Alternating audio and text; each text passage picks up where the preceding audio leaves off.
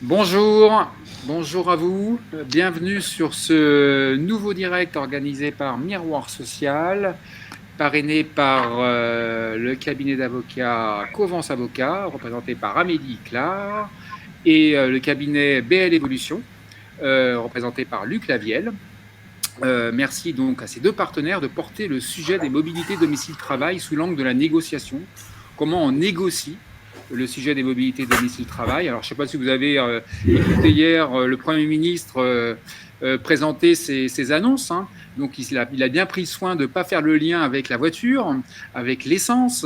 Pour autant, il y a quand même une problématique énergétique structurelle liée, sous-jacente un peu à ce qui a été présenté hier, même si on a fait l'impasse pour parler de véhicules et de chèques carburant. Toujours est-il, le sujet qui nous anime ce matin, il est à la fois poser le sujet de la question des questions de la mobilité domicile-travail, qui relève à la fois, il y a un caractère financier lié à la mobilité domicile-travail, et puis bien sûr, il y a un enjeu écologique qui est lié à ces déplacements domicile-travail qui sont loin d'être neutres, on le verra avec l'ensemble de nos intervenants respectifs. Voilà. Alors, attends, là, un tout petit instant. Par contre, excusez-moi. Un petit instant. Hop, hop, hop. Excusez-moi. Hop. Paramètres.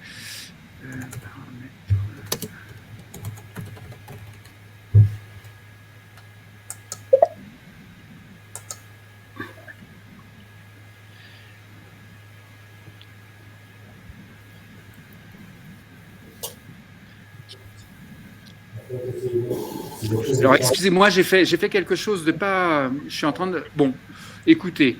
Normalement, j'ai fait un paramétrage, excusez-moi, cette petite latence, c'est-à-dire que j'ai paramétré le logiciel pour que tout le monde puisse apparaître à l'écran. Donc, ce qui fait que tout le monde apparaît à l'écran, comme vous voyez, bienvenue à vous, ça crée une ambiance de proximité, c'est très bien. On va rester comme ça. Toujours est-il, c'est que l'ensemble, les intervenants qui seront annoncés sur le programme, qui pourront intervenir au fil de nos échanges. Mais bienvenue à vous. Et donc, voilà, ce n'est pas plus un problème que ça, et ça n'en est pas un d'ailleurs. Voilà, mais simplement, je n'étais pas préparé à ça. Donc, excusez-moi. Donc, n'hésitez pas à poser vos questions au fil des interventions dans le chat ou dans la partie questions. Hein, si vous voulez structurer votre question et vous attendez vraiment une réponse, plutôt privilégier la partie question, mais sinon, n'hésitez pas à les mettre également dans le chat. Et dans le chat, c'est également un rebond, c'est quelque chose de plus spontané. N'hésitez pas, dans les deux cas, on prendra ça en compte. Et je précise qu'on a lancé un sondage en trois séquences. Donc, je vous invite à répondre à ce sondage. On pose 3 questions assez larges pour un peu prendre le pouls un peu de la salle. Vous êtes nombreux, donc n'hésitez pas à y participer. Et dans quelques minutes, on fera un premier état de vos réponses. Donc, c'est des questions assez larges et qui permettront quand même, à mon avis, de potentiellement nourrir les échanges. Donc, on va commencer cette matinée, donc avec les interventions d'Amélie et de Luc, qui vont nous poser dans un premier temps un peu les enjeux. Les enjeux qui concernent les mobilités domicile-travail. Donc, Amélie, on va commencer avec toi. Toi, au regard de ce qui a pu, dans le contexte actuel, de façon globale, comment tu appréhendes un peu les enjeux de la mobilité domicile-travail, notamment sous l'angle de la négociation pour un sujet qui était jusqu'à maintenant pas très négocié, c'est-à-dire c'était plutôt les directions qui le faisaient de façon unilatérale, et dans quelle mesure la donne est en train de changer. Merci Rodolphe. Bonjour à tous. Donc, effectivement, la mobilité durable est un sujet complexe avec de multiples enjeux à la fois économiques, sociaux et environnementaux. Économiques, comme on a pu le voir, avec notamment le prix du carburant en ce moment et l'indemnité inflation qui doit être proposée d'un chèque de 100 € pour les revenus inférieurs à 2 000 € net, enfin les personnes ayant un revenu inférieur à 2 000 € net. Et la mobilité durable est une vraie question d'enjeu économique à la fois pour les employeurs et les salariés. Pour les employeurs, ça peut permettre de réduire les coûts liés à la mobilité quand il y a une mise en place de flottes de véhicules, des flottes de véhicules qui peuvent être polluants. Et plus les véhicules sont polluants, plus ça coûte cher en termes fiscaux, puisqu'il y a quand même des incitations sociales et fiscales, des bonus-malus, entre guillemets, pour inciter l'utilisation de véhicules plus vertueux. Et pour le salarié aussi, c'est un enjeu en termes de prise en charge, parce que le coût du transport pour le salarié qui fait ses trajets domicile-travail a un coût qui peut être significatif selon le mode de transport utilisé. Et c'est un enjeu environnemental principalement aussi, dans la mesure où les trajets domicile-travail représentent environ 30% du trafic routier. Et c'est le premier poste de gaz à effet de serre des activités de bureau. Et donc, ça a vraiment un impact en termes de qualité de l'air, de pollution atmosphérique. Et c'est vrai que, mine de rien, chaque année, on parle beaucoup de ces sujets, mais il reste que pour les trajets domicile-travail, l'utilisation de la voiture individuelle reste majoritaire. Voilà, malgré les dispositions d'aide, d'incitation à la mobilité durable. Il y a aussi des enjeux sociaux parce qu'on se rend compte que ça peut être aussi un enjeu en termes de santé, notamment pour les salariés. On parlait de qualité de l'air notamment, mais ça peut être aussi un enjeu pour ceux qui vont changer de mode de transport, utiliser le vélo par exemple. Il y a eu un rapport qui a été fait pour l'Assemblée nationale en 2017 sur l'indemnité kilométrique vélo qui a montré qu'il y avait une baisse de 15% des arrêts maladie pour les salariés cyclistes qui du coup bénéficiaient de l'indemnité kilométrique vélo qui a été remplacé par le forfait mobilité durable par la loi d'orientation des mobilités en décembre 2019. Et effectivement, cette loi d'orientation et des mobilités de décembre 2019 a changé la donne parce que auparavant, c'était un plan de mobilité, une décision unilatérale de l'employeur. Donc, c'était l'employeur seul qui mettait en place des dispositifs de mobilité durable de l'entreprise. Et avec la loi d'orientation de mobilité du 24 décembre 2019, joyeux Noël, c'est effectivement devenu un sujet de négociation collective parce que c'est maintenant dans les négociations annuelles obligatoires sur l'égalité professionnelle et la qualité de vie au travail dans les dispositions supplétives. Donc, c'est un sujet qui doit être abordé dans le cadre des négociations et c'est intéressant dans la mesure où, comme vous avez pu le voir, c'est un sujet qui intéresse les salariés individuellement et collectivement et c'est important de les solliciter, de recueillir leurs besoins, leurs aspirations, leurs préoccupations et leurs situations individuelles comme collectives pour aborder le sujet de manière optimum, efficace et sans laisser personne sur le bord de la route, comme le dit le sujet d'aujourd'hui. Tu as le micro coupé, Rodolphe. Merci Amélie. Luc, donc tu es donc en charge tu es consultant donc au cabinet BL Evolution. Donc Amélie, vous commence, vous êtes avant tout, vous êtes un cabinet qui conseille les CSE, les élus, hein, et vous avez également une expertise environnementale. Donc vous conjuguez le social et l'environnemental, ce qui est intéressant avec vous. Et Luc, vous de votre côté, c'est intéressant justement le côté la complémentarité que vous avez entre vos deux approches et qui illustre le copartenariat de ce matin, c'est que Luc, le BL Evolution, vous n'êtes pas un cabinet spécialisé dans l'ingénierie des relations sociales et vous êtes un cabinet spécialisé sur les transitions écologiques et vous conseillez les collectivités territoriales, les entreprises sur l'ensemble de ces sujets. Donc, si Luc, tu pouvais il y a la question de comment on acculture et comment on sensibilise et qu'est-ce qui va faire qu'on va rentrer dans une négociation ou qu'on va faire tilter une direction sur le fait de l'importance du sujet des questions domicile-travail, des mobilités domicile-travail, excusez-moi. Luc ? Oui, merci Rodolphe. Alors, tout d'abord, pour introduire le sujet, quelques chiffres clés sur la mobilité. D'abord sur la mobilité en France et aussi sur les mobilités domicile-travail. Sur la mobilité en France, d'un point de vue écologique, effectivement, comme le disait Amélie, c'est le premier secteur émetteur de gaz à effet de serre, puisqu'il représente 31% des émissions de gaz à effet de serre en France. Et c'est essentiellement donc, pour le transport des marchandises et des personnes. Et c'est assez logique, puisque les véhicules qu'on utilise pour le transport dépendent essentiellement du pétrole. Et le pétrole, quand on le brûle, il émet beaucoup de CO2. On a un parc en France de 33 millions de véhicules qui sont en circulation et un aménagement tout au long du XXe siècle en France qui a été essentiellement destiné vers le tout-voiture et donc qui a permis l'augmentation en tout cas de l'utilisation de la voiture individuelle en France dans tous les déplacements. D'un point de vue économique également, c'est un budget important pour les ménages puisque ça représente entre 4 500 et 5 500 euros par an, le budget mobilité pour les ménages.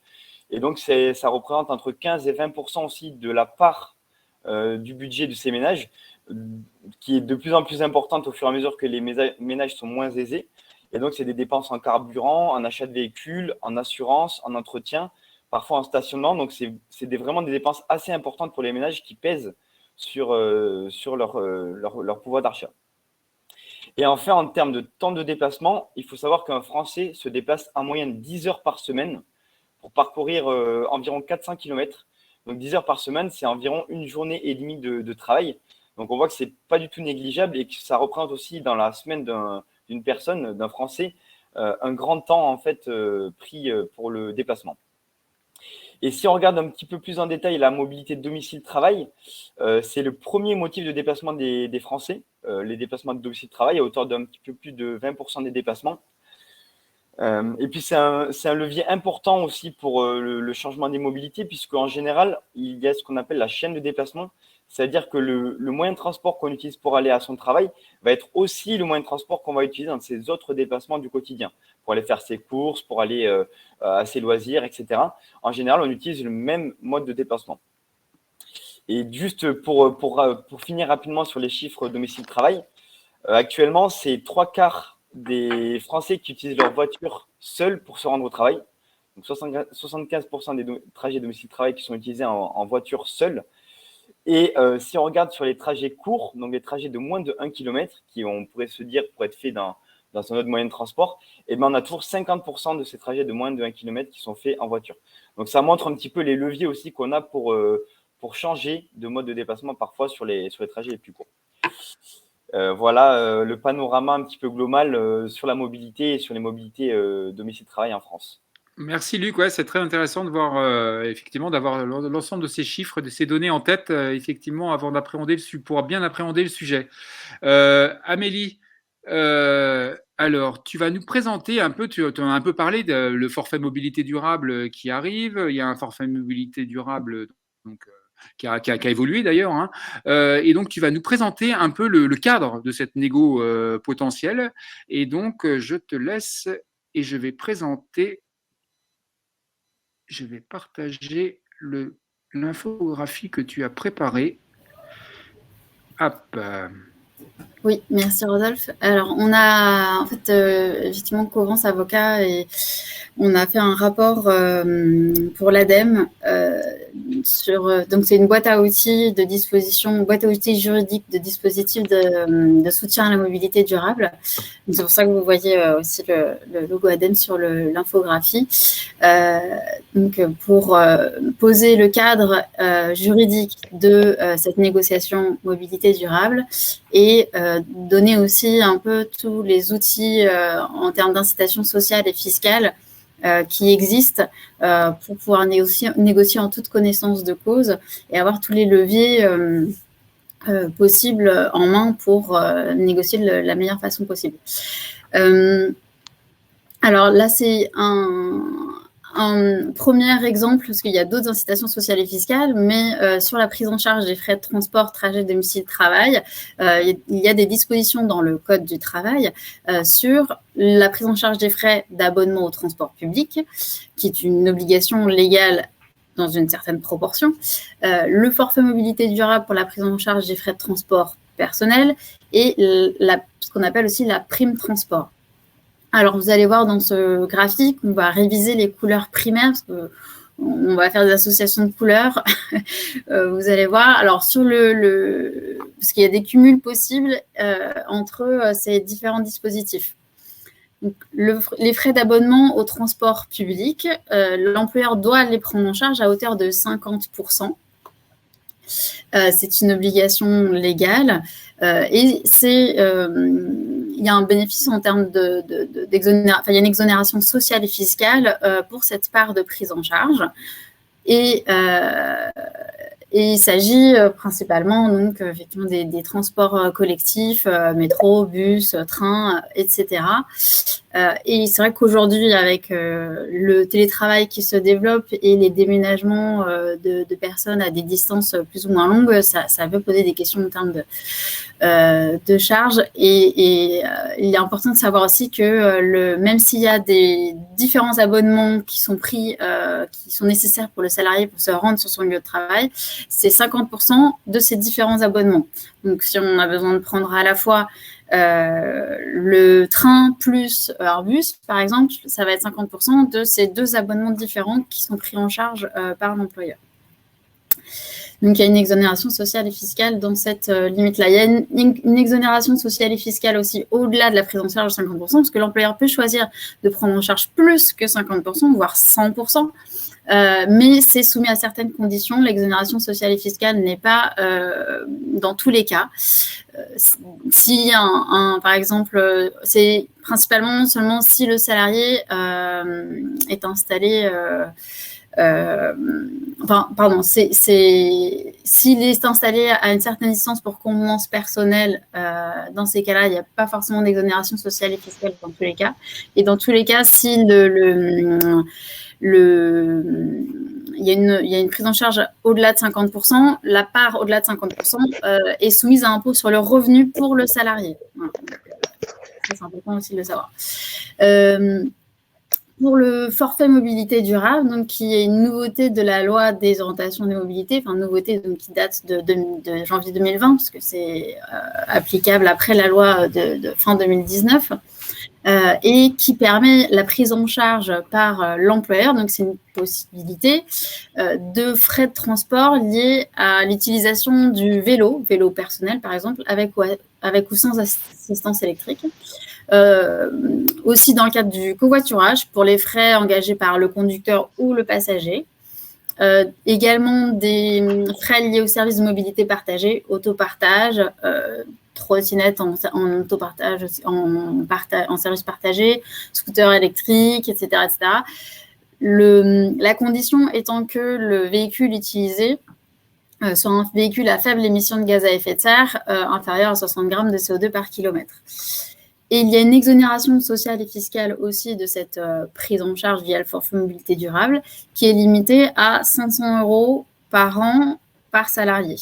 Ce qui veut dire que l'employeur, lui, ne va pas payer de cotisation de sécurité sociale, de contribution et de cotisation de sécurité sociale d'un côté, et le salarié, de son côté, ne paiera pas d'impôt sur le revenu sur les sommes perçues. Et vous avez également la prime transport qui a été aménagée. Il y avait déjà une prime carburant qui était possible, mais depuis déjà quelques années, ça a été étendu à des frais liés à l'alimentation électrique de véhicules électriques ou même à l'alimentation hydrogène pour les véhicules hydrogène. Et c'est une possibilité. Alors, c'est pour les salariés qui sont à une certaine distance et qui n'ont pas accès à des transports collectifs ou à des services tels que le permettent notamment les transports publics ou le forfait mobilité durable. Donc, c'est vraiment pour les salariés qui sont dans des situations un peu plus isolées. Et il y a aussi des exonérations sociales et fiscales pour cette prime que l'employeur peut verser aux salariés.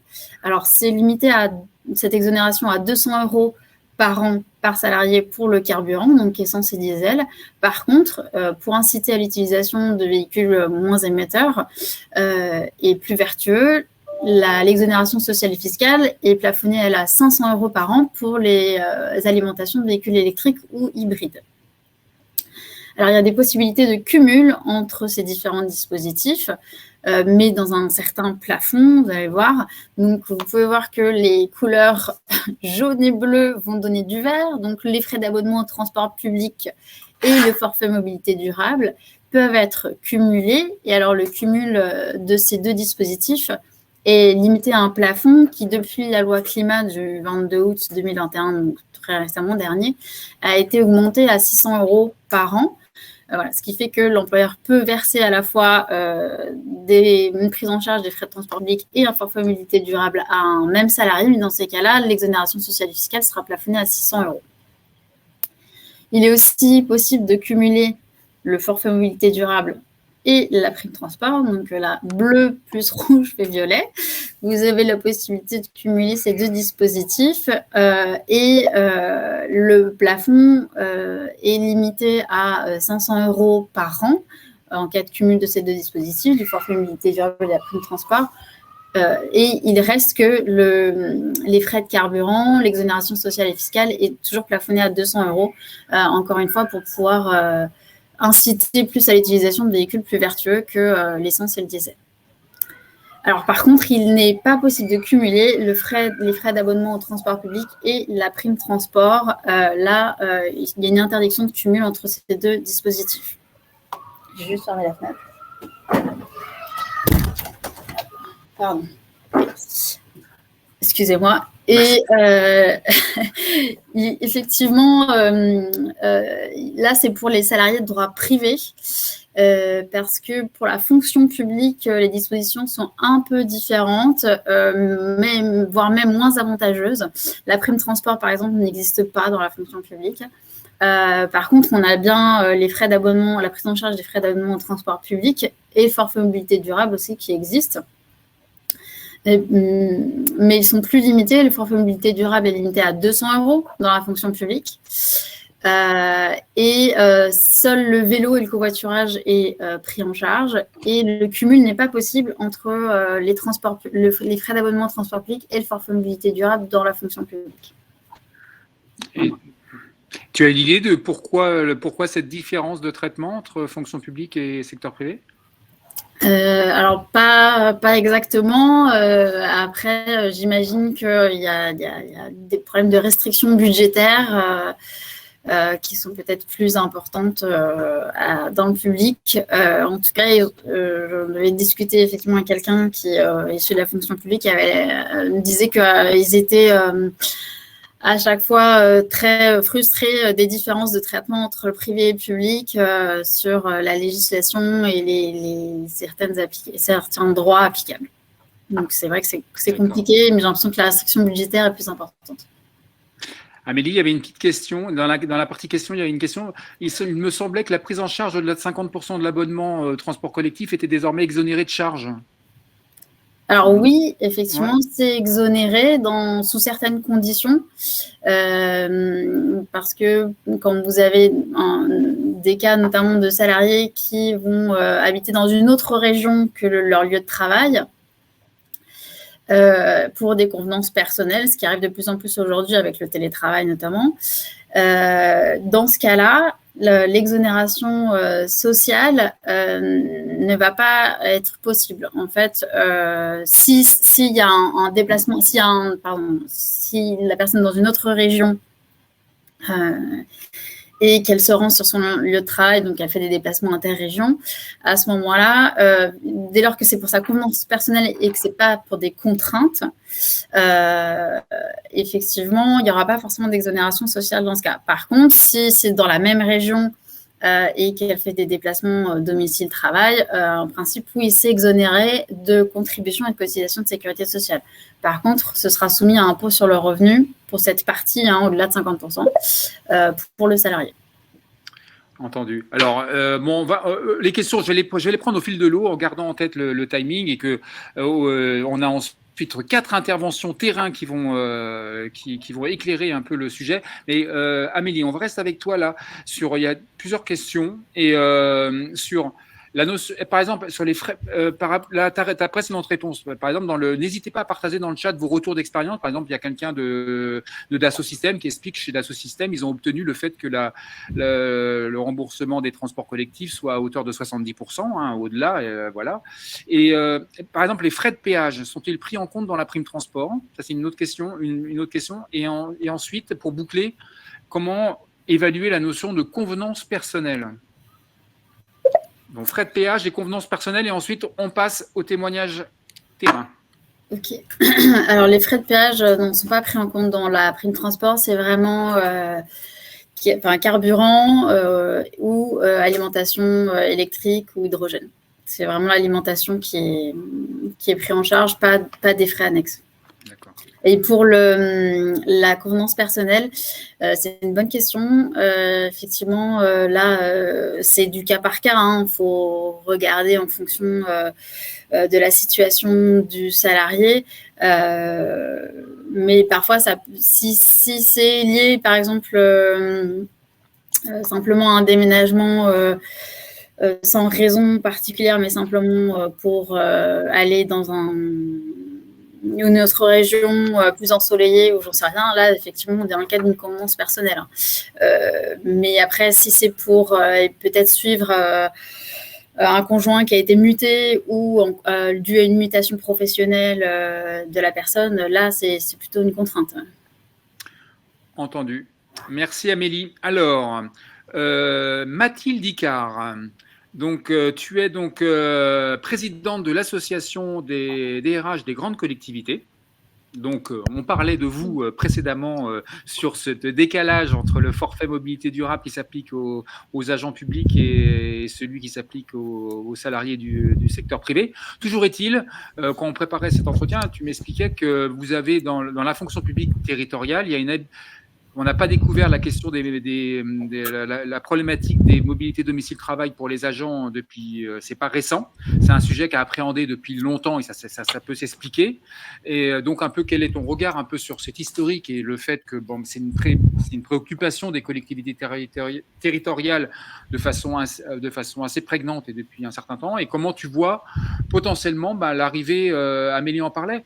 Actuellement, vous êtes dans un cadre où d'instances, on parle de comité technique, de CHSCT, avec des décisions unilatérales des employeurs. Dans quelle mesure, alors que dans la fonction publique, on ouvre le champ de la négociation légale, dans quelle mesure il y a aussi une fenêtre potentiellement dans les collectivités pour négocier le sujet? Bien. Bonjour, merci Rodolphe, merci à Miroir Social de me permettre d'échanger aujourd'hui et à ses partenaires. C'est pour moi toujours un grand plaisir. Comme ça a été dit, moi je parle du côté de la fonction publique territoriale. Comme la présidente de l'association des DRH des grandes collectivités qui regroupe environ 220 adhérents DRH de grandes collectivités, et c'est de là que je parle, donc avec forcément un biais qui est notamment rien que sur le tableau précédent, comme ça a été dit, juste d'ailleurs les deux premiers pans, puisque l'ensemble de la législation n'est pas applicable aux agents de droit public. Alors, en effet, les collectivités, c'est pas récent, leur implication dans le soutien au déplacement domicile-travail et sous un angle vraiment transport en commun, transport doux, donc d'abord sous un angle développement durable. Il y a à peu près 10 ou 20 ans même au titre de leur plan de déplacement des employeurs, plan de déplacement de l'administration. Alors ça s'explique forcément, je pense, du fait de leur compétences en matière de politique publique et de la volonté d'aller toujours plus loin sur ces sujets. On a d'abord connu des plans alors négociés, même si il n'y avait pas encore les règles qui s'appliquent depuis très peu en termes d'accords collectifs, mais avec un dialogue social déjà poussé dans le cadre, comme ça a été dit, du comité technique ou du CHSCT, et même avant ces instances, forcément dans le cadre de protocoles, souvent d'accord avec les organisations syndicales, plutôt donc en effet d'abord sur des prises en charge des frais de déplacement domicile-travail qui d'ailleurs historiquement ont été maintenus,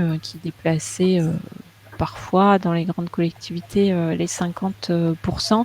Et puis ensuite, on a vu avant même, puisqu'on a souvent sur ces sujets, d'un point de vue juridique, des enjeux de pourrait dire, de transposition des règles applicables au droit privé par des décrets, etc.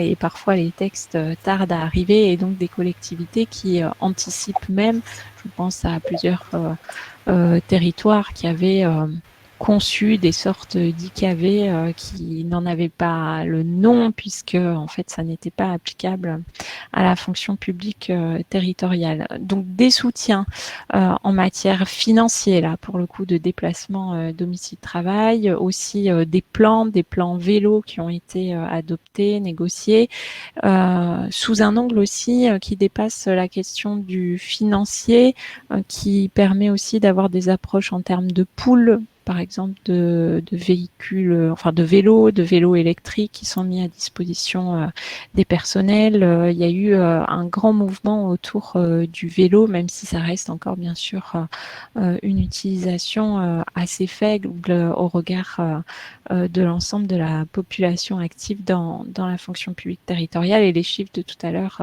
s'appliquent aussi forcément aux agents publics, mais toute une démarche en fait avec des protocoles de type développement durable, ma collectivité. Oui, durable. Voilà, ça a été après les enjeux de déplacement domicile-travail, il y a environ 10 ans, un sujet de négociation qui s'est développé progressivement avec beaucoup d'actions finalement dans les grandes collectivités autour de ça, et en parallèle également du fait de leur souvent responsabilité ou de leur lien en matière de transport. L'incitation, la connexion à des plateformes de covoiturage également. Donc des approches très globales. Alors l'autre question, c'était est-ce que ça va changer, est-ce que ça va évoluer avec les accords collectifs? Alors en effet, ça c'est une nouveauté pour la fonction publique, pour les personnes qui viennent du secteur privé, ça peut leur sembler un peu étrange que nous n'avions pas encore cette possibilité de négocier, de discuter et puis de négocier des accords collectifs qui ont une valeur juridique. Donc maintenant c'est possible du fait de récents textes qui découlent en fait de la loi de transformation de la fonction publique.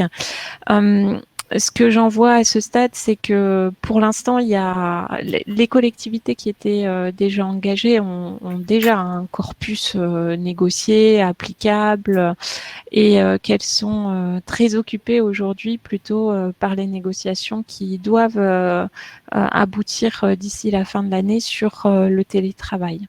Après, bien sûr, en termes d'ici quelques mois, il y aura certainement aussi cet enjeu plus global au titre de la QVT, en reliant, en faisant le lien avec les protocoles qui ont déjà été signés dans d'autres cadres et avec moins de valeur forcément.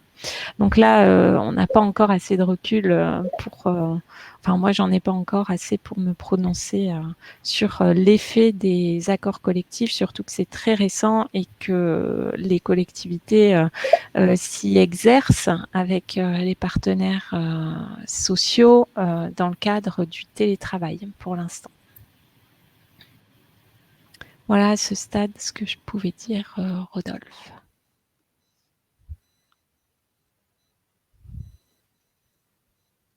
Alors, je n'entends pas. Oui, je crois que Rodolphe a perdu sa connexion. Ah, alors ça, c'est inouï. Est-ce qu'on a déjà vécu ça? Moi, personnellement, non. Quand l'animateur n'est plus là. Voilà. Mais ne nous inquiétons pas, il va vite revenir. Alors, est-ce qu'il y a des questions? Je vais déjà regarder.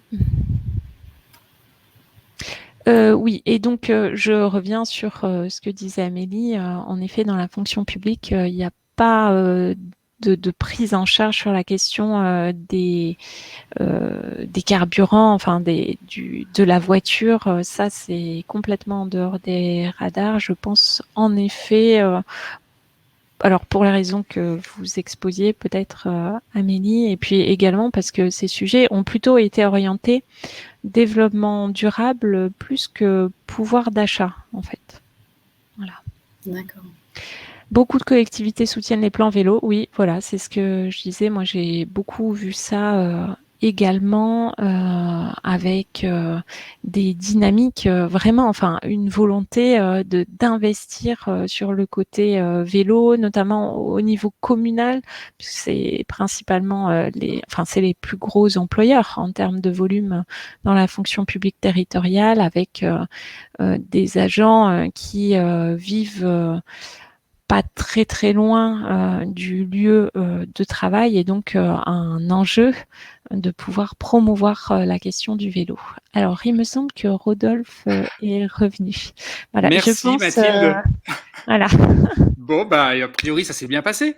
Ouais, Je je sais m'excuse. pas s'il y a eu du décrochage, j'ai pas regardé ça. J'étais obligé de me reconnecter avec une autre connexion. Excusez-moi, j'ai une coupure de Wi-Fi sauvage. Donc, écoutez, merci Mathilde. A priori, je n'ai pas pu entendre la suite de ton intervention. Donc, tu avais terminé, Mathilde? Voilà, tout à fait. Et puis, nous On aura l'occasion. réagissions au chat aussi. Vous voyez, Super. grâce à Miroir Social, je me professionnalise dans l'animation. Merci. C'est super. C'est super d'alimenter le chat parce que ça revient en retour. Donc, c'est parfait. Éric Carbonnier, donc, tu es délégué syndical CFDT chez Orange et vous venez de négocier un accord domicile-travail.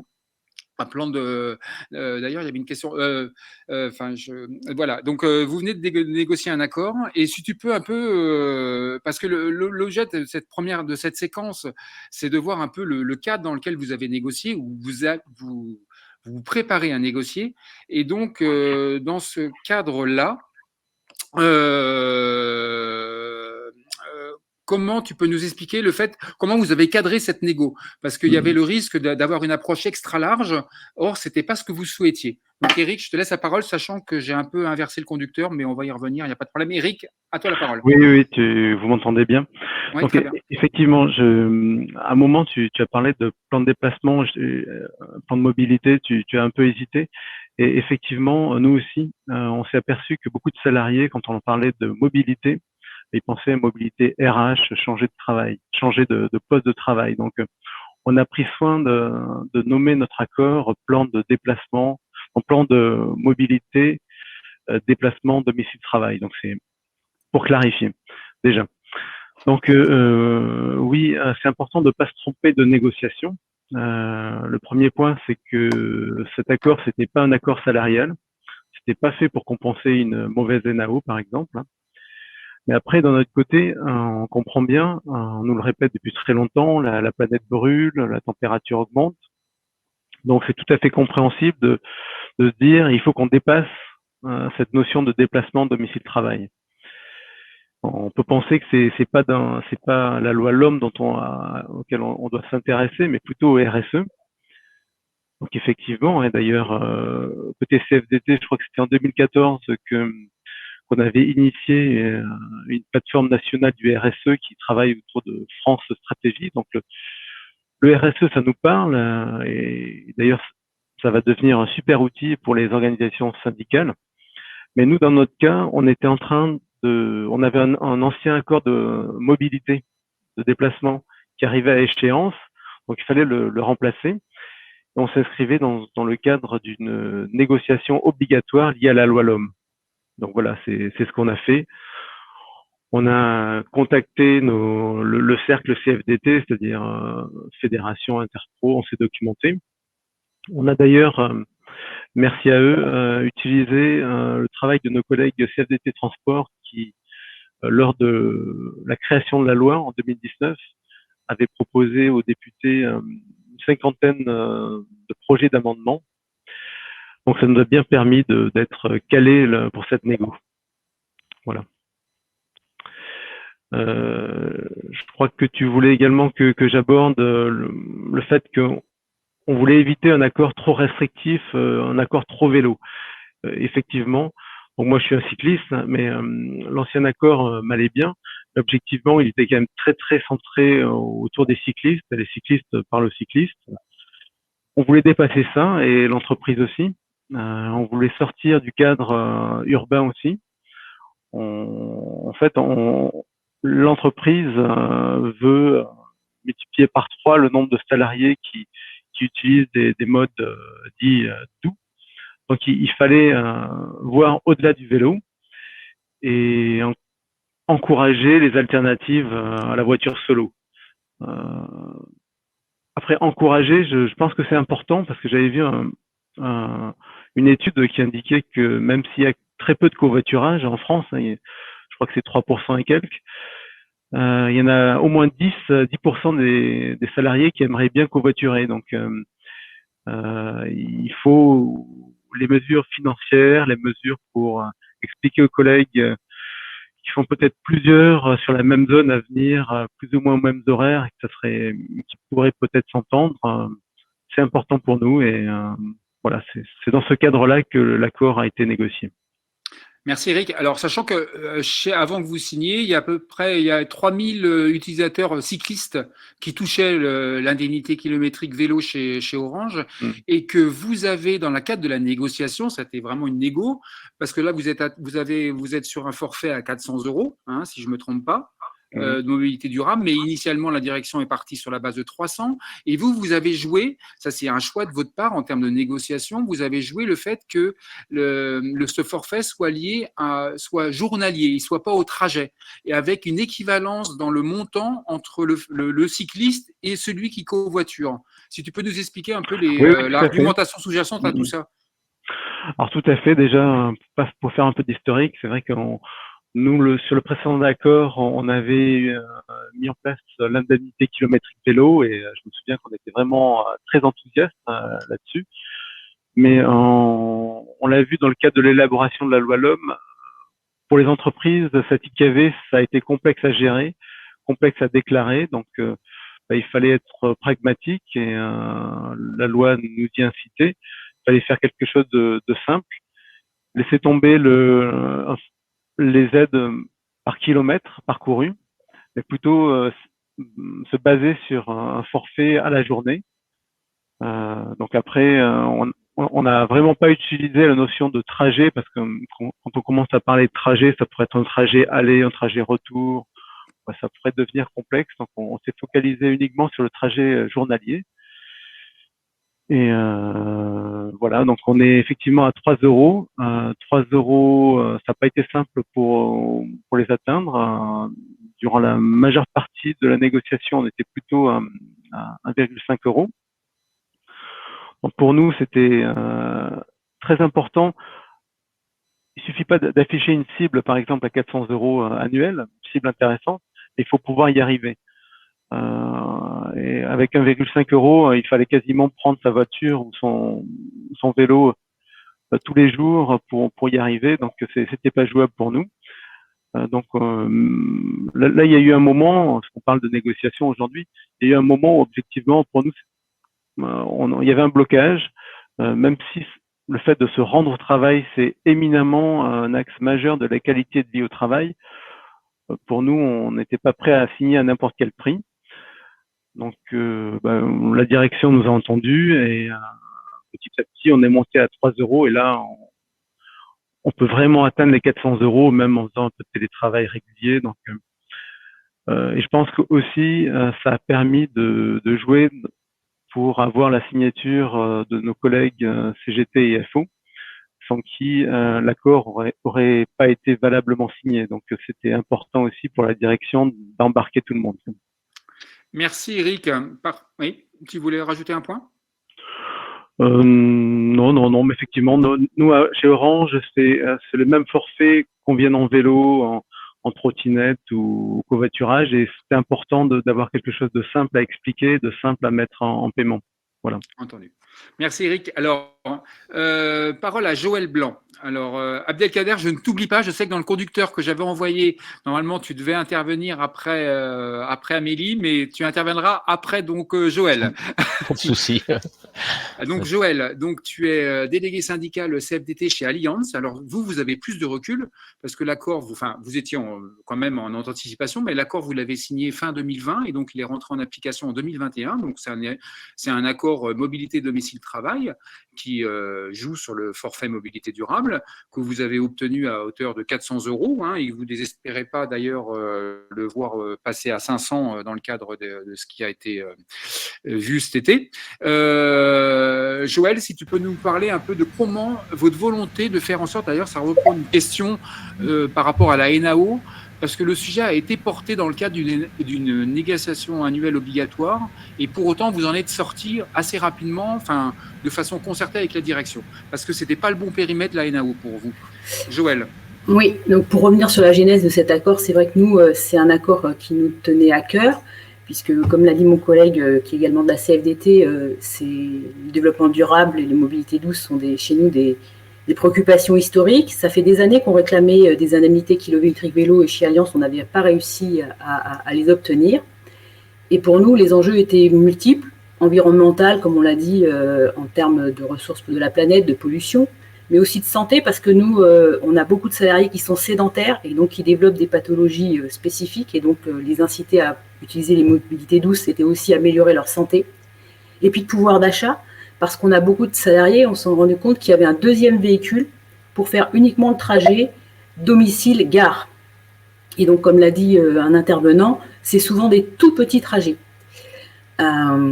Et donc, on a profité effectivement des discussions à l'Assemblée en 2019 pour, lors des NAO, demander une ouverture d'une négociation, mais une négociation spécifique sur les mobilités douces, parce que nous ne voulions pas, après, que ce package puisse faire l'objet de chantage année après année dans les NAO sur des arbitrages avec les augmentations individuelles ou collectives, par exemple.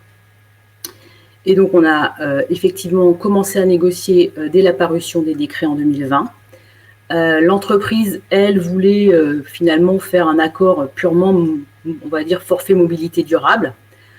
On lui a fait comprendre l'ensemble des enjeux qui étaient pour nous sous-jacents, et on l'a obligé à faire une véritable négociation sur les mobilités douces complètes, c'est-à-dire, certes, on a intégré le forfait mobilité durable qui était un vrai plus, mais on a aussi exigé d'elle qu'elle fasse une étude de l'ensemble de nos sites et qu'on aménage en fait les possibilités de garage, de stationnement des véhicules utilisés en mobilité douce par les salariés, qu'on prévoit des pompes et éventuellement même l'étude de bornes de rechargement pour l'ensemble de nos sites.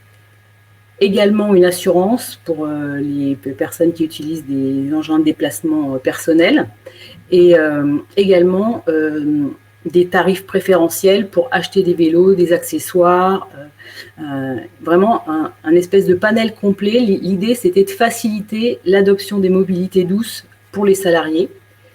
Et on avait aussi, parce que l'accord finalement on est rentré en vigueur réellement qu'en 2021, nous avions quand même, dès 2020, le remboursement à hauteur donc, de 400 € de l'ensemble des personnes qui avaient fait la bascule au moment de la pandémie vers des mobilités douces pour se rendre à leur travail. Et donc ça a été pris en compte sur l'année 2020 directement. Par contre, nous avons fait dans le forfait mobilité durable le choix inverse de nos collègues, c'est-à-dire celui de l'indemnité kilométrique. Parce qu'effectivement, on trouve que d'abord, ça récompense réellement à hauteur de l'effort physique fait, plus le trajet est long, plus l'indemnité est importante. Et puis en plus, c'est plus en phase pour nous avec la réalité de l'usure de l'engin utilisé. Mais pour que, effectivement, comment dirais-je, échapper à l'écueil expliqué par Eric, on a fait le choix d'utiliser un partenaire qui gère toute cette partie administrative, déclarative des indemnités. Ces indemnités, bien sûr, c'est à la fois pour les indemnités kilométriques, mais c'est aussi le remboursement d'une partie des achats, de l'entretien de ces véhicules. On a également mis une clause de revoyure dans cet accord, parce que c'est pour nous primordial dans le sens où on est quand même sur des choses relativement nouvelles. Et donc, il fallait qu'on puisse d'abord vérifier les engagements de l'entreprise sur le déploiement des aménagements sur l'ensemble de nos sites en France et en Outre-mer. Vérifier aussi l'adéquation entre le nombre d'usagers et le nombre d'aménagements sur chacun des sites au fil du temps. L'adéquation aussi avec les évolutions des usages, parce qu'on est sur des pratiques relativement nouvelles. Et donc, on voulait être sûr que notre accord colle bien avec les réalités d'usage. Et enfin, pouvoir profiter des opportunités éventuelles d'évolution législative, ce qui va être le cas, puisque dans quelques semaines, nous allons donc pouvoir revoir cet accord et demander un avenant au regard de l'évolution législative qui a eu lieu, sachant que bien sûr, on va vouloir tenter de porter le forfait à 500 €, de permettre le cumul avec les transports en commun jusqu'à 600 € et élargir le champ des engins de développement personnel qui seront possibles d'être utilisés et remboursés. Merci Joël. Merci. Joël, tu as répondu d'ailleurs à une question qui était posée. A priori, dans l'accord que vous avez négocié, vous prenez en charge l'assurance. Hein. C'est intégré dans l'accord. Hein. Alors, on ne prend pas en charge. On a fait bâtir une assurance avec un tarif extrêmement préférentiel pour que effectivement on puisse plus facilement accéder notamment au remboursement en cas de vol ou de déprédation du vélo, puisque si dans l'accord on a capacité à peser sur les aménagements que fait Alliance au niveau de ces sites, reste que le reste du temps le vélo est aussi utilisé à titre personnel et que malheureusement, on sait qu'on a encore des petits sujets de possibilités de sécurisation de ces vélos dans différents endroits du territoire. Merci Joël. Alors je profite de faire c'est le moment quand même de vous parler un peu de ce que ça donne au niveau du sondage. Donc pour les salariés, les mobilités domicile-travail recouvrent en premier lieu une problématique soit budgétaire, soit écologique. Budgétaire, c'est avant tout une problématique budgétaire à 86%, la problématique des mobilités domicile-travail, et écologique à 14%. Deuxième question, c'est le forfait mobilité durable, vous paraît-il adapté? Il est adapté pour 66% des répondants. Et le recours à la voiture individuelle reste très majoritaire pour les déplacements domicile-travail, y compris pour de courtes distances, comme ça a été évoqué. Quelles en sont les principales raisons selon vous? La première raison, c'est l'offre de transport alternative limitée. Ensuite vient la notion de confort. Troisième point, le temps de trajet. Et le dernier, la sécurité. Voilà, n'hésitez pas à continuer à répondre pour que l'échantillon soit le plus représentatif possible. Donc, Abdelkader Belbachir, à toi la parole. Donc, toi, on a entendu les échos d'ailleurs très complémentaires d'Orange et d'Alliance, deux grandes entreprises. Toi, Abdelkader, tu es élu chez Vision System, qui est une PME industrielle qui est proche de Lyon. Vous êtes 300 salariés, donc c'est une typologie vraiment intéressante à t'entendre. Et c'est d'autant plus intéressant de t'entendre que tu es donc un élu. Tu es élu au CSE, mais tu es non étiqueté, enfin, tu n'es pas syndiqué à un syndicat, on va dire, représentatif. Par contre, tu es adhérent au Printemps écologique, qui est un syndicat pour l'instant qui a déposé ses statuts, qui n'a pas de représentativité, mais qui commence à mailler dans les entreprises avec des élus comme toi, qui sont sensibles aux questions environnementales et qui jouent un peu le rôle d'électron libre dans leur entreprise, électron libre entre guillemets, sur le sujet. Donc, si tu peux nous expliquer, en tant qu'élu non syndiqué à un syndicat représentatif, comment tu peux faire bouger les choses et, par rapport au sujet qui nous concerne, la négociation, faire déboucher ta direction sur une négociation. Ok, bonjour, merci. Bonjour à tous. Je suis vraiment ravi d'être parmi vous. Alors oui, c'est une petite entreprise, donc finalement, et puis en même temps, je suis pas le syndicat représentatif de l'entreprise, puisque la majorité chez nous, c'est Force ouvrière et la CGT. ferroviaire pour sa majorité.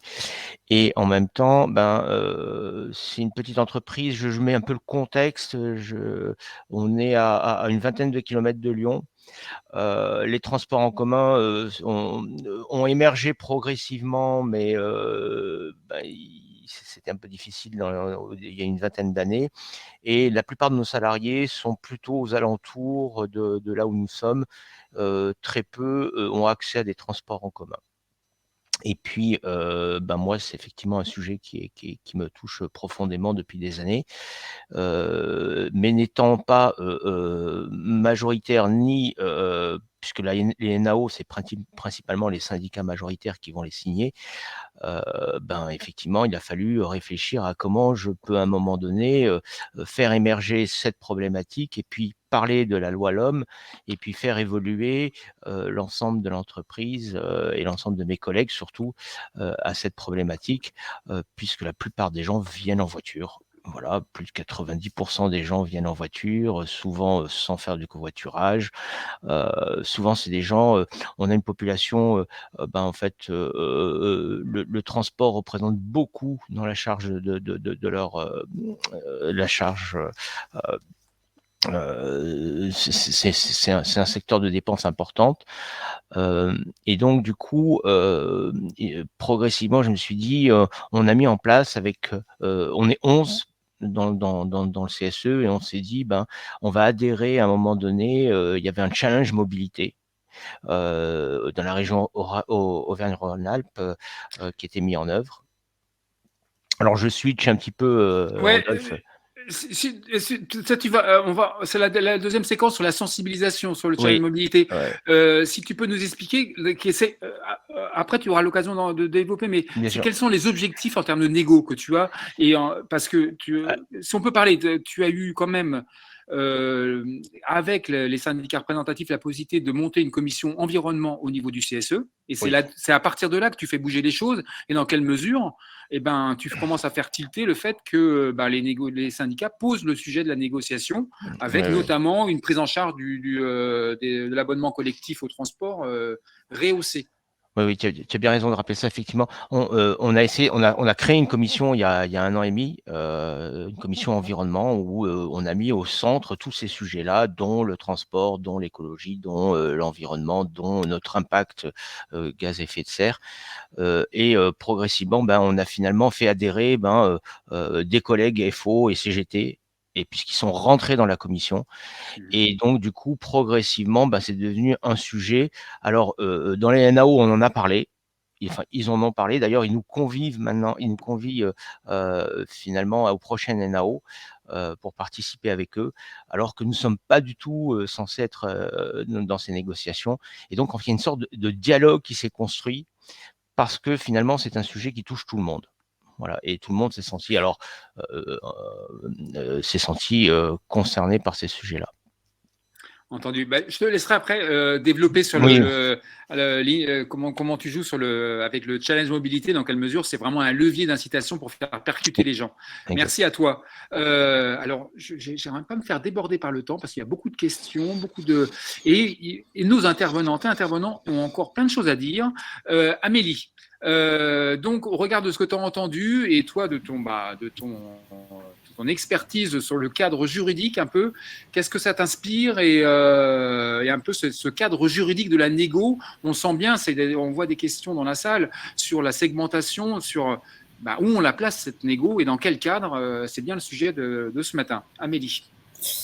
Oui, effectivement, j'ai entendu des choses intéressantes sur le risque identifié d'en faire un sujet salarial et du coup d'en arriver à minimiser les négociations annuelles sur les salaires.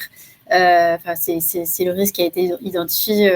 Alors, c'est vrai que ça peut être, et c'est mis en avant par certaines directions, que ça peut être une façon de faire de la politique salariale dans la mesure où c'est des prises en charge qui sont exonérées socialement et fiscalement.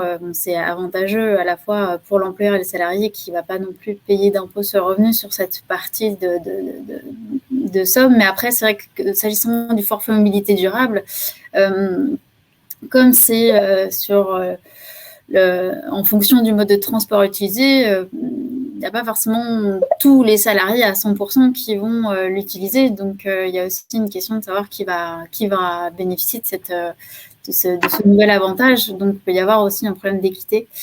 C'est vrai que c'est intéressant. J'ai vu des accords collectifs d'entreprises qui ont intégré le forfait mobilité durable dans la NAO salaire. Ça se fait.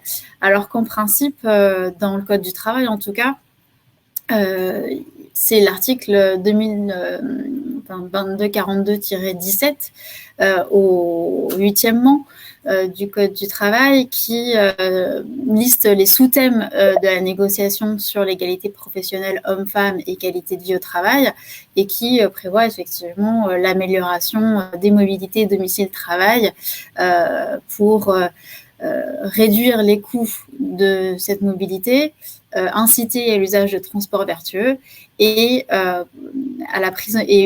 prévoir des mesures de prise en charge des frais de transport avec le forfait mobilité durable et la prime transport.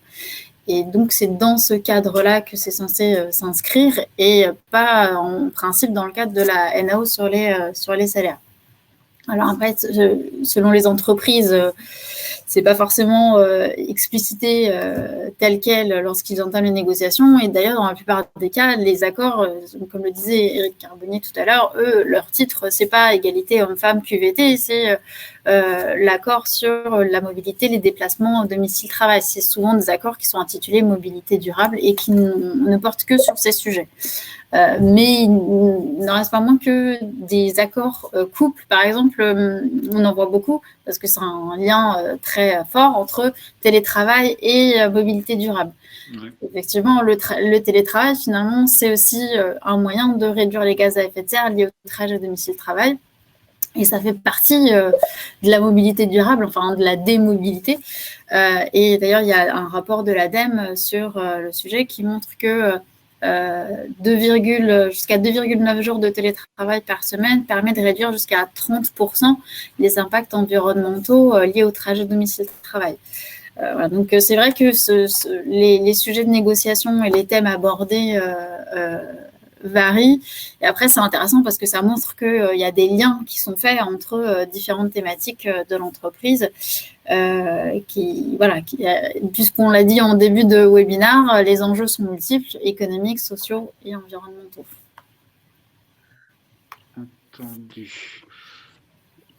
Entendu. Hop, parfait. Luc, là, on parle du cadre. Dans quelle mesure on a parlé des acteurs, notamment, on est dans des logiques on est bien ce matin dans une logique de négociation, donc des représentants des salariés d'un côté et la direction de l'autre qui vont négocier.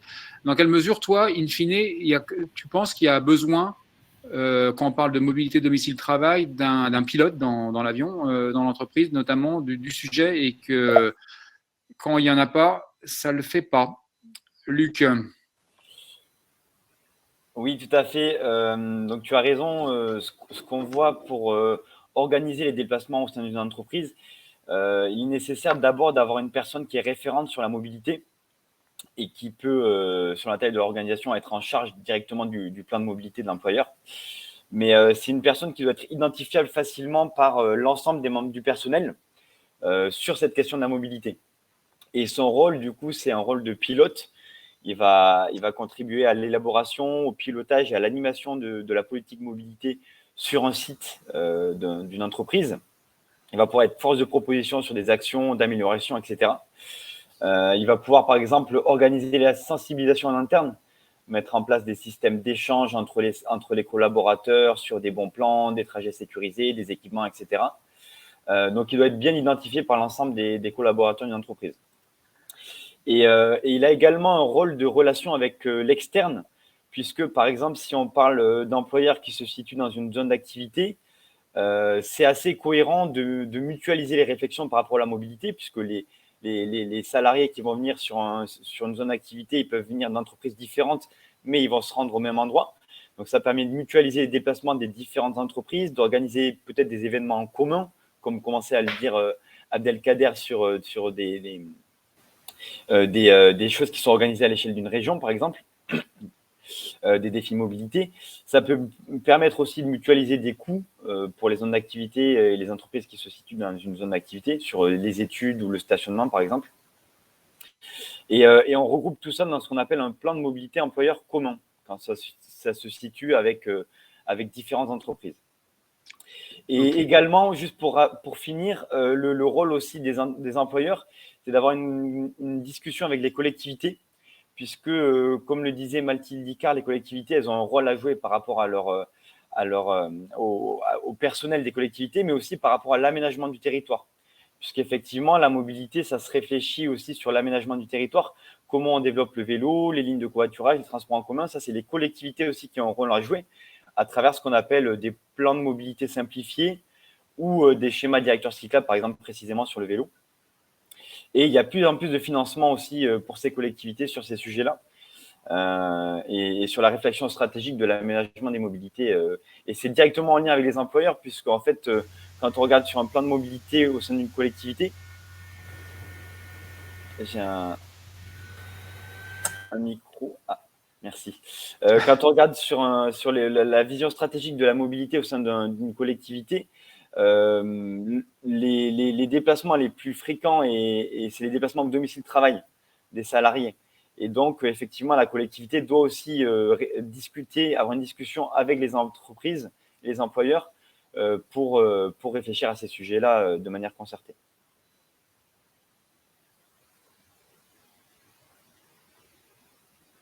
Alors, on ne t'entend pas, Rodolphe, je crois que tu as ton micro désactivé. Mathilde, merci. Mathilde, tu auras l'occasion de rebondir sur ce que vient de dire Luc. Je pense qu'il y aura matière là dans pas longtemps. Abdelkader, donc tu commenceras à en parler. Luc, tu as tendu une perche aussi sur le côté sensibilisation. Comment négocier, c'est bien, mais comment on se donne les moyens de sensibiliser et d'appréhender vraiment les besoins. Et on décrète pas une mobilité ça se décrète pas la mobilité douce. Et donc les préalables à ça, Abdelkader, dans quelle mesure la région organise depuis maintenant plusieurs années un challenge mobilité, une journée mobilité, un challenge mobilité, je ne sais plus exactement le terme Nidouane. En tout cas, vous, tu as posé la candidature de ton entreprise, et ça fait 2 ans, et ça participe clairement à l'appropriation et à la sensibilisation notamment du CODIR sur le fait que peut-être que le sujet va arriver sur la table des négociations dont tu as parlé précédemment. Oui. Alors oui, ça existe. Alors il y a une journée mobilité européenne, je sais, et puis il y a aussi après chaque région effectivement organise. Nous, c'est en Aura, donc c'est Auvergne-Rhône-Alpes. Et j'ai découvert ça il y a 2 ans et très vite j'en ai parlé en fait au secrétaire FO et puis j'ai envoyé un mail à la direction générale en leur disant bah voilà, je vais inscrire parce qu'en fait même un salarié peut inscrire l'entreprise au challenge. Et donc j'ai inscrit l'entreprise, j'ai contacté la direction, ils m'ont dit pourquoi pas. Et très vite, en fait, il y a une association qui vient nous aider un peu pour nous donner un peu des lignes directrices pour dire comment on met en œuvre ça avec une sorte de guide. Et donc, on a lancé le challenge mobilité. Au début, franchement, on pensait que ça allait pas vraiment avoir de succès. Et en fait, on a eu 20% des salariés la première année qui ont participé, dont l'ensemble du comité de direction, puisqu'ils avaient été un peu touchés par cette initiative. Et ils ont joué le jeu, ils sont venus en vélo, ils sont venus en covoiturage, ils sont venus avec d'autres moyens. Et puis progressivement, on a vu des salariés se dire aussi ok, je participe. Alors bien sûr parce qu'il y avait un côté un peu ludique, un côté un peu fédérateur aussi dans son entreprise. On sortait du Covid, donc c'était aussi se retrouver un peu tous ensemble. Et finalement, ça a sensibilisé beaucoup de gens sur venir avec un autre moyen de transport.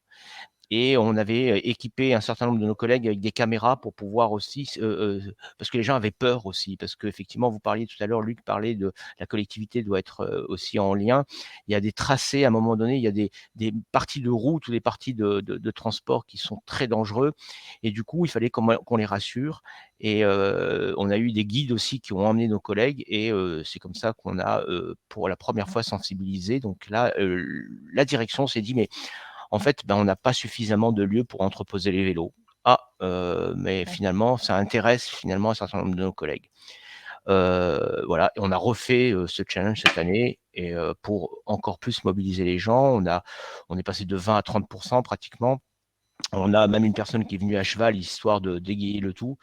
Et surtout, ce qu'on s'est aperçu, ouais, c'était sympa. Ce qu'on s'est aperçu, c'est que finalement, et ça, c'est ma grande déception, c'est que finalement, les gens peuvent venir à vélo, ou il y en a un certain nombre d'ailleurs, suite à cet épisode, qui ont acheté un vélo électrique et qui se. Mais l'entreprise, en fait, plutôt avec la prime transport, pas la prime transport, oui, il y a la prime transport, favoriser plutôt les gens qui avaient une voiture plutôt que les gens qui avaient un vélo ou qui avaient décidé d'utiliser des modes doux. Et d'ailleurs, pour une grande partie, continue finalement à financer. Et c'est un petit jeune qui m'a vraiment marqué et qui m'a dit, bah, moi, pour avoir la prime, j'ai pas de voiture, je viens à vélo et j'ai demandé la carte grise de ma mère pour avoir la prime. Voilà. Et là, je me suis dit, bon, bah, il faut qu'on discute tous ensemble là, à partir de ce moment-là. Bon sujet, Abdelkader, et je me permets de préciser, la prime dont tu parles, en fait, c'est une prime conventionnelle liée à la convention collective territoriale de la métallurgie. Oui. Donc, c'est vraiment du local. Et donc, c'est une prime de prime transport avant l'heure pour quel que soit l'usage. Vous venez en voiture, et même pas en voiture, simplement une carte grise au boulot, et ben, vous avez le droit à 40 € par mois pour mettre de l'essence. Et donc, effectivement, c'est un gros challenge dans ce cadre-là pour pousser ce que tu pousses, des transports doux. Ouais. Et puis, on a réussi aussi du coup à faire intervenir le maire, en fait, les collectivités, enfin, pour se dire, mais aussi, en fait, la ville où on est éloignée de Lyon et comment simplifier en fait et faciliter cette interconnexion avec le reste des régions. Voilà. Alors bien sûr, on touche que 30 ou 35% des salariés chez nous qui sont près de centres urbains où il y a des moyens de transport différenciés, quoi. Abdelkader, je profite de prendre la main et de lire pour toi, parce que le temps tourne. Mais il y a une chose intéressante avec ton expérience, c'est que toi, tu utilises le train pour venir à ton lieu de travail, et cette ligne a été un moment dans le viseur pour la supprimer. Oui. Et c'est un collectif de salariés de plusieurs entreprises différentes qui se sont mobilisés auprès des différents acteurs pour pouvoir conserver cette ligne. Et ce qui est intéressant de noter, ce ne sont pas les directions qui se sont mobilisés. Ce sont les salariés en inter qui sont mobilisés. Et donc ça a cogité. Ça a cogité.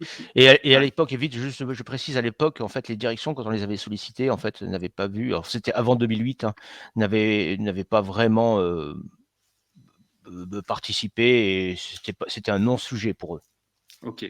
Merci Abdelkader. Alors, le temps tourne. Je vous propose, je vous propose de rajouter 10 minutes. Hein. J'ai 10h30. Si on peut prolonger à 10h40, ça sera parfait parce qu'il y a encore quand même pas mal de choses à dire.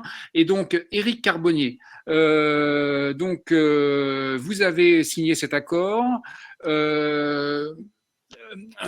Joël a expliqué qu'ils avaient une clause de revoyure. Toi, tu accordes une grande importance à la commission de suivi qui est intégrée dans cet accord-là, parce que tu considères que ça va permettre de faire remonter les informations au national et pas simplement au niveau du local pour que les choses changent et les retours des salariés soient vraiment pris en compte. Est-ce que je me trompe ? Oui, non, tout à fait. Pour nous, la CFDT, c'était vraiment un point fondamental, primordial, qui est une commission qui sert vraiment à quelque chose. Donc, c'est une commission où il y aura la direction nationale et les OS signataires. Donc, annuellement, on nous présentera les indicateurs, c'est-à-dire le nombre de bénéficiaires, la répartition des aides, voilà, ce type d'informations. Mais le point clé, c'est que les salariés qui ont des difficultés sur un site, des difficultés pour voir cet accord mis en œuvre sur leur site, ils pourront nous contacter.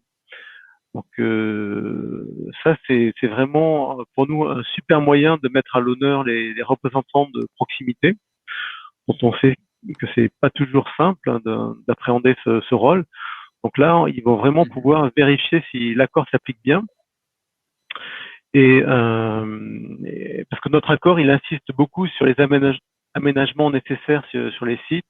Je parle des abris à vélo, des places pour les covoitureurs, ainsi de suite. Les services de réparation pour le vélo.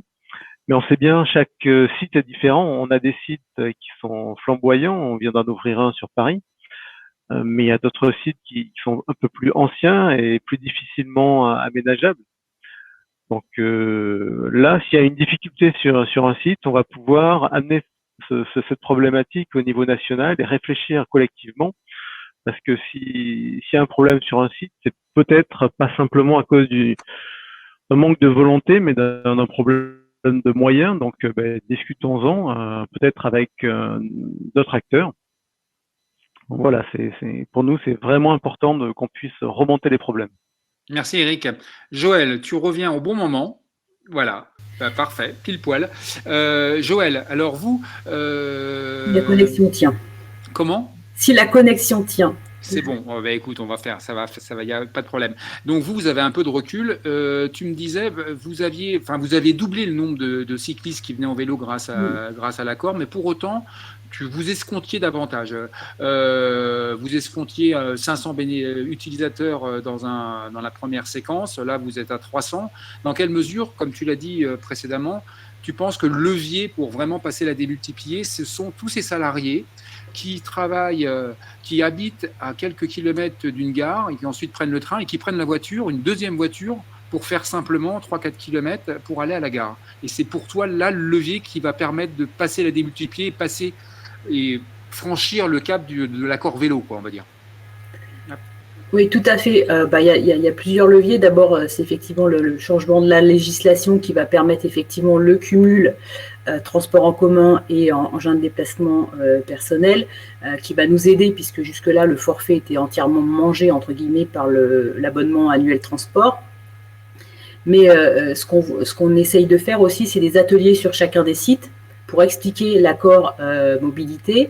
Et c'est des discussions qui permettent effectivement de voir quels sont les blocages et qu'est-ce qui pourrait améliorer. Après, on voit bien aussi que c'est aussi des enjeux d'aménagement qui sont locaux, c'est-à-dire qu'au-delà de l'aménagement de nos sites Alliance, il faut aussi que les pistes cyclables soient présentes aux abords. Il faut que, un truc tout bête, il y ait des places pour garer les vélos devant les écoles, sinon les parents ne peuvent pas déposer leurs enfants avant d'aller au travail. Enfin, tout un tas de petites choses qui sont hors, quelque part, de l'entreprise. Et c'est des sujets sur lesquels la CFDT pousse au niveau national parce qu'on a bien conscience que ça va au-delà. Et nous, c'est vrai que nous, ce qu'on espère beaucoup, c'est de toucher effectivement cette cible des gens qui font 2, 3, 5 km en voiture le matin pour aller à la gare et les inciter à franchir le cap. On va lancer d'ailleurs un questionnaire à l'ensemble des salariés pour justement leur demander ce qu'ils pensent de l'accord en question et les interroger sur leur mode de réinterroger sur leur mode de transport avant la crise sanitaire, après la crise sanitaire, et leur poser des questions sur qu'est-ce qui vous ferait franchir le cap de passer sur des mobilités douces pour effectivement essayer dans l'avenant que nous allons négocier prochainement d'intégrer un certain nombre d'améliorations pour essayer effectivement d'embarquer un maximum de gens. Mais c'est vrai que ce qu'on voit, ce qui fonctionne pas mal, c'est les ateliers. On fait des ateliers aussi de prévention routière, d'explication de comment on prend ces engins, comment on se les approprie et comment on circule en sécurité avec ces engins. Et on voit que tout ça porte ses fruits, mais c'est vrai qu'on espère effectivement, on a potentiellement 7000 salariés qui concernés, et aujourd'hui on est quand même sur des choses relativement modestes en termes de nombre de salariés qui ont souscrit au forfait mobilité. Mais la reprise en présentiel du travail, même si on a du télétravail massif chez Alliance, va permettre de reprendre les ateliers qui étaient prévus de présentation de l'accord et d'explicitation effectivement des différentes possibilités pour effectivement essayer de faire convaincre un certain nombre de salariés de changer de mode de transport pour leur trajet domicile-travail et de leur convaincre aussi de l'intérêt de le faire et pour leur santé et pour leur porte-monnaie. Parfait. Merci Joël. Alors Mathilde, Joël, tout ça a été en filigrane, Luc en a notamment parlé. C'est effectivement vous en tant que RH, vous avez un rôle à jouer par rapport aux agents que vous représentez sur cette question-là. Comme tu dis, de façon ou d'une autre, c'est quand même un levier, un objet de négociation, mais également la collectivité territoriale en tant que terme a un rôle à jouer sur l'aménagement, etc. Comment comment tu vois votre rôle en tant que RH, le retour d'expérience, dans quelle mesure votre retour d'expérience avec les agents peut nourrir également les actions de la collectivité territoriale à l'égard de son écosystème, on va dire. Oui, comme ça a été dit par Luc et Joël, les collectivités ont un rôle essentiel en matière de politique publique, d'observation, d'anticipation. Alors, les noms varient depuis les plans de déplacement urbain, les schémas, etc. Je vais passer sur ça, mais il y a toujours au départ la question du diagnostic, de l'enquête, de l'objectivation. Donc ça se passe notamment au niveau des métropoles pour objectiver, être au clair sur les pratiques des usagers et puis anticiper. Donc ça, c'est la partie politique publique qui forcément nourrit les politiques RH, et les politiques RH vont aussi pouvoir nourrir la partie politique publique, mais sur une toute petite partie, puisque la majorité des salariés ne se trouvent pas dans les collectivités. Donc, en pratique, moi, j'ai toujours observé que les DRH sont associés aux réflexions au niveau communal ou intercommunal sur les plans de déplacement, sur les pratiques de déplacement. Donc ça, c'est important. Il y a en interne, il y a toujours un binôme entre le référent mobilité au sein de la DRH et puis le référent mobilité au titre des politiques publiques. Ça permet de bien se connecter et puis d'avoir les approches justement en lien avec le travail.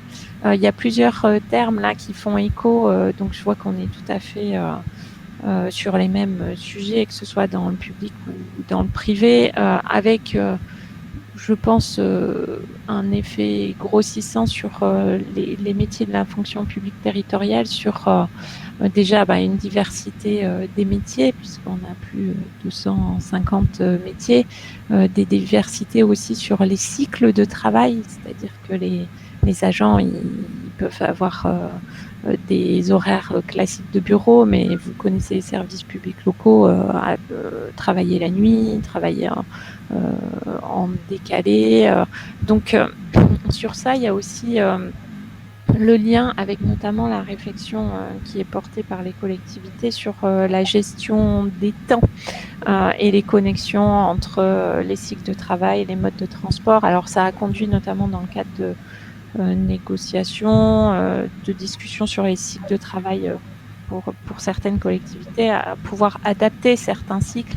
Alors c'est pas, enfin la priorité, c'est évidemment que les cycles correspondent aux besoins des usagers, mais je pense par exemple quand c'est en interne sur des équipements, il y a eu toute une vague d'adaptation des cycles de travail des personnels d'entretien qui traditionnellement travaillaient quand les personnes dans les bureaux n'étaient pas là, alors que maintenant globalement elles sont plutôt en travail en même temps que les personnels de bureau, aussi pour des dimensions sociales, pas que sur la question de la connexion avec les horaires de transport en commun, mais également pour des enjeux de lien social, c'est-à-dire connaître les personnes, les rendre plus visibles. Je pense à un autre élément qui a été abordé, je pense, par Joël Blanc, la question de l'activité physique. De la pratique physique, du sport, etc. Les personnels, les agents dans les collectivités sont fortement exposés du fait de leur métier, et tout ce qui contribue à échauffer le corps, protéger le corps, c'est aussi important. Donc ça nourrit globalement les réflexions. Et puis une autre dimension qui est plus récente, enfin qui était intégrée dans la logique de veille ou de prospective, mais qui est plus récente avec le développement massif du télétravail, c'est aussi toutes les réflexions sur les tiers-lieux et l'utilisation des équipements publics possibles en matière de tiers-lieux pour limiter éventuellement les déplacements, faire en sorte que les agents puissent avoir des lieux lorsqu'ils ne sont pas lorsqu'ils ne souhaitent pas ou lorsque ce n'est pas opportun de rester chez eux, de par exemple aller dans des bibliothèques. Donc il y a des réflexions autour de ça dans le champ public. Donc c'est très imbriqué en fait. Comme les DRH sont liés et puis contribuent aux politiques publiques externes, ils intègrent aussi ces dimensions en interne et vice versa en fait. Entendu. Merci Mathilde. Merci Mathilde, tu dois nous quitter à 10h30 pile. Alors comme j'ai dit, Oui. comme j'ai proposé de prolonger de Désolée. 10 minutes, et là on t'entend plus. Oui, je disais désolé, je peux pas rester après. Ah bah non, mais c'était annoncé, malgré on tout avait dit l'intérêt. 10h30. Donc, merci à toi Mathilde pour cet éclairage. Merci à vous. Merci. Luc, il a été question de levier, de levier de sensibilisation et notamment du recueil des besoins. Et vous, si tu peux nous expliquer un peu les différents leviers que vous mettez en action dans les entreprises et les collectivités où vous intervenez, et notamment le premier desquels, c'est le recueil. Le premier, c'est le recueil des besoins via le questionnaire. Et ça donne quoi et comment vous vous y prenez? Oui, merci. Donc, effectivement, dans un plan de mobilité employeur, la première étape, c'est le diagnostic. Donc, c'est un petit peu analyser les besoins des salariés, l'offre existante, etc. Donc, nous, ce qu'on a l'habitude de réaliser, alors il y a merci. Donc, on peut travailler sur des enquêtes en ligne pour connaître un petit peu les habitudes de déplacement, les souhaits d'amélioration des collaborateurs. On peut travailler aussi sur d'autres formes de participation de la part des salariés, comme de la cartographie. Avec les collectivités, par exemple, on peut travailler sur des cartographies géantes. C'est des bâches de 25 mètres carrés d'un territoire qu'on imprime et sur lequel les habitants, les salariés, les actifs, les retraités, les plus jeunes viennent se balader et puis un petit peu donner leur déplacement du quotidien. Et après, on essaie d'analyser tout ça pour voir quels sont les tronçons prioritaires à aménager, etc. Et à l'échelle d'une entreprise, c'est pareil. On peut imaginer une cartographie où on imprime, où on identifie l'ensemble des adresses des salariés. Et puis, à partir de là, on peut facilement discuter, échanger entre salariés sur les lignes de covoiturage à mettre en place, sur les aménagements cyclables à réaliser, etc. Donc, c'est des choses qui incluent les salariés et en plus permettent d'identifier des solutions assez rapidement. Là, il y a une dimension participative, là, en plus. Là. Tout à fait, tout à fait. C'est aussi ça, parce que la mobilité domicile-travail, ça touche au quotidien des gens. Et donc aussi, au plus on arrive à inclure les personnes dans ces réflexions, au plus derrière c'est mis en place et c'est réellement appliqué. Et les gens s'emparent du sujet. On doit aussi, dans le diagnostic, faire l'analyse de l'offre, donc l'accessibilité à l'établissement. Est-ce que c'est assez sécurisé? Tout à l'heure, Abdelkader disait que parfois, il y avait des trajets qui n'étaient pas assez sécurisés en vélo. C'est effectivement des choses sur lesquelles on doit travailler, notamment avec la collectivité. Donc voilà, est-ce qu'il y a des places de stationnement existantes, vélo, etc. Et puis, on doit aussi identifier les impacts financiers, environnementaux et sociaux des trajets. C'est-à-dire, nous, par exemple, on met en place des calculettes carbone. C'est des espèces de petites calculettes qui vont ressortir un peu sous forme de graphique les impacts environnementaux, économiques des différents modes de transport. Et puis, on peut faire aussi des scénarios, des projections. Voilà, si on remplace tel ou tel mode de transport, en quoi ça impacte les salariés d'un point de vue économique, d'un point de vue écologique pour l'entreprise, etc. Donc, c'est des leviers aussi qu'on peut utiliser. Et au niveau des solutions, rapidement, pour faire un peu un panel des solutions, le premier levier, c'est réduire l'autosolisme, c'est-à-dire la voiture individuelle des salariés, comme je le disais en introduction, qui est le principal mode de transport utilisé pour les déplacements de domicile-travail, 75% des déplacements.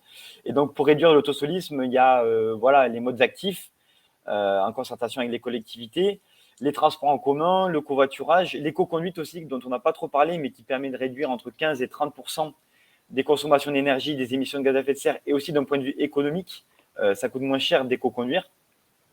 Donc ces solutions-là, il y a aussi le deuxième axe, c'est réduire la fréquence. Donc, on a parlé un petit peu du télétravail, où Mathilde Icard parlait aussi des espaces de coworking qui peuvent être aménagés dans les collectivités. On peut aussi réfléchir sur les déjeuners sur place ou l'aménagement des horaires de travail. Ça, c'est des leviers sur lesquels on peut travailler. Et enfin, réduire la distance. Donc, voir s'il y a des échanges de postes possibles en interne, s'il y a des mobilités internes pour se rapprocher de son travail, etc.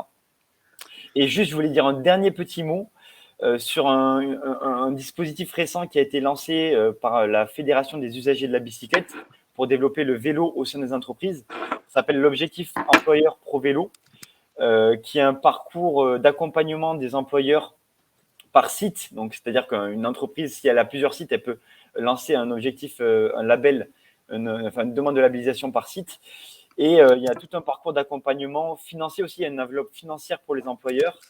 Il y a un accompagnement technique et à la fin, une demande de labellisation, donc un audit qui est passé et qui est gratuit pour les employeurs. Donc, c'est assez intéressant, cet objectif employeur pro vélo qui est tout récent et qui vise vraiment à développer le vélo dans les entreprises et chez les employeurs. Voilà. Merci Luc. Alors, avant de passer la parole à Amélie, et ça sera ton mot de conclusion, histoire qu'on déborde pas trop. Luc, tu as parlé de cartographie. Dans quelle mesure, quand vous faites les cartographies à partir des adresses individuelles, d'ores et déjà, vous êtes capable de voir un peu le sujet de la trame de notre débat, hein, sur le côté qui va pouvoir bénéficier de mobilité douce et qui va pas en bénéficier avec le risque sous-jacent de fracture entre ceux qui peuvent et ceux qui ne peuvent pas en bénéficier. Tout à fait. Alors ça, c'est très intéressant. Nous, ce qu'on utilise sur les cartographies, c'est la notion d'isochrone. C'est-à-dire, en fait, pour rejoindre l'entreprise, on trace des isochrones, c'est-à-dire à vélo, c'est-à-dire on trace des isochrones autour de l'entreprise de 10 minutes à vélo, 20 minutes à vélo, voire parfois un petit peu plus, 30 minutes à vélo, parce que on peut aussi inclure le vélo à assistance électrique qui est plus rapide. Et du coup, en croisant les isochrones et les adresses des employés, on peut rapidement voir qui se situe à moins de 20 minutes à vélo. Alors, bien évidemment, quand on dit qu'on se situe à moins de 20 minutes à vélo, on ne prend pas en compte la cyclabilité pour atteindre l'entreprise. Donc, parfois, il peut y avoir des points noirs, des routes dangereuses. Donc, ça, c'est une autre réflexion à mener. Mais en tout cas, sur la demande, avec la notion d'isochrone, on peut facilement identifier ça. Et du coup, on a une réflexion parallèle pour les emplois qui se situent à plus de 25-30 minutes à vélo sur d'autres notions. Ça peut être de l'intermodalité parfois. On en a parlé un petit peu avec les gares de train où on peut utiliser aussi le vélo. Ça peut être des lignes de covoiturage, ça peut être des transports en commun, ça peut parfois être des voitures électriques qui sont mises à disposition d'un salarié, par exemple, et qui va faire un peu la navette pour aller récupérer d'autres salariés pour se rendre le matin au site. Enfin, c'est plein de solutions qui peuvent être identifiées. Mais la cartographie marche bien pour identifier rapidement les différentes solutions en fonction des distances, en fonction du temps de trajet, etc.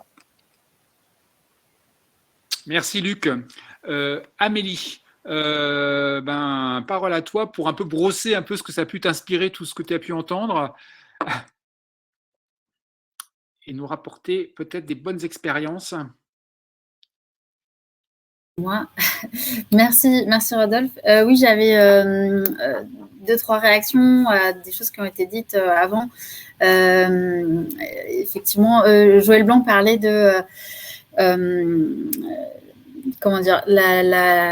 l'accent à mettre sur la possibilité de faire passer de la voiture individuelle au vélo, notamment pour les petits trajets pour aller à la gare. Ça me faisait penser, parce qu'il y a beaucoup de choses en termes d'incitation sociale et fiscale qui existent et dont on a tellement, et dans des législations,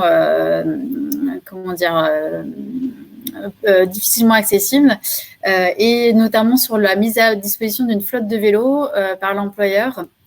C'est une possibilité qui existe et qui permet à l'employeur d'avoir une réduction d'impôt sur les sociétés.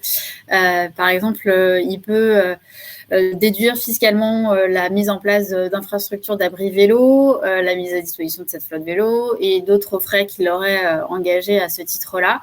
Et d'un point de vue URSSAF, par exemple, parce que si l'employeur met à disposition un véhicule, bon, le vélo, ça peut constituer un véhicule, on pourrait s'imaginer que ça constitue un avantage en nature, soumis à charge sociale et à impôt sur le revenu. Et c'est une tolérance de l'URSSAF en matière de vélo, c'est exonéré. Donc, c'est bon à savoir sur ce point-là. Et c'est intéressant ce que disait aussi tout à l'heure, Mathilde, sur les référents, je n'étais pas au courant qu'il y avait effectivement des référents DRH sur la mobilité en lien avec des référents mobilité au niveau des collectivités territoriales. Parce que ce qui est intéressant de savoir, c'est qu'il y a effectivement un plan, ce qui s'appelait avant un plan de déplacement urbain fait au niveau de l'agglomération, qui aujourd'hui, pour nous embrouiller encore plus, s'appelle un plan de mobilité, je crois, qui est censé être transmis à l'employeur et les aider aussi dans le cadre des négociations. Donc, à mon sens, d'ailleurs, ça devrait être envoyé aux organisations syndicales aussi, avant les négociations, pour qu'ils soient au courant de l'offre de transport et du plan de déplacement qui existe au niveau de cette agglomération. Et il était prévu, mais ça, c'était quand il y avait le plan de mobilité, bon, qui existe qu'à défaut d'accord conclu. Maintenant, en cas d'échec des négociations, le plan de mobilité employeur, auparavant, devait être transmis, aujourd'hui aussi, s'il y a échec des négociations, est transmis à l'autorité organisatrice des mobilités. Mais ce n'est pas prévu pour l'accord collectif mobilité durable. Dans le Code du travail, il n'y a rien sur le sujet. On n'a pas prévu l'obligation pour l'employeur de transmettre cet accord mobilité durable à l'autorité organisatrice des mobilités. Alors, comme ça, ce serait intéressant parce que il faut effectivement faire des liens et je crois que c'est aussi ce qu'il faut qu'on retienne d'aujourd'hui, c'est qu'il y a des problématiques d'aménagement du territoire et qu'il faut faire des liens entre la collectivité territoriale et les entreprises. Et du coup, il faut que les informations circulent entre eux, voilà ce qu'on a prévu, nous, en termes de mobilité durable pour les salariés, on vous transmet les infos, on communique. Et j'irais même jusqu'à dire, en fait, je pense qu'il faudrait même inviter les gens de la collectivité territoriale, de ceux qui gèrent cette mobilité, l'autorité organisatrice des mobilités, à venir, pourquoi pas, aux tables des négociations pour échanger avec les organisations syndicales et les employeurs DRH lors de ces négociations, parce que, à mon avis, c'est intéressant que tous ces gens se parlent à ces moments-là. Et je ne pense pas que ce soit fait aujourd'hui. Et donc, j'en viens un petit peu aux clauses qui peuvent exister en matière d'accord collectif, des exemples de clauses. Vous avez effectivement on disait tout à l'heure, des accords qui se concentrent uniquement sur la mise en place d'un forfait mobilité durable, mais la mobilité durable, ce n'est pas que ça. C'est pas que la prise en charge des frais, c'est aussi de l'aménagement, ça peut être aussi des renouvellements de flotte de véhicules, la mise en place de télétravail, favoriser le travail à distance. Ça peut être également aussi de la sensibilisation, de la communication. Il y a des accords qui prévoient des moments de sensibilisation, des kits de sécurité aussi donnés aux salariés pour les inciter à prendre le vélo. Et il y a l'accord, et c'est bien effectivement d'inclure les salariés, je pense, avant les négociations et même aussi après. Il y a l'accord Atos qui prévoit une enquête nationale auprès de ces salariés pour leur envoyer tout un questionnaire pour leur demander un peu leur retour d'expérience sur la mise en place du forfait mobilité durable et autres dispositions d'incitation. On parlait tout à l'heure aussi des tiers-lieux.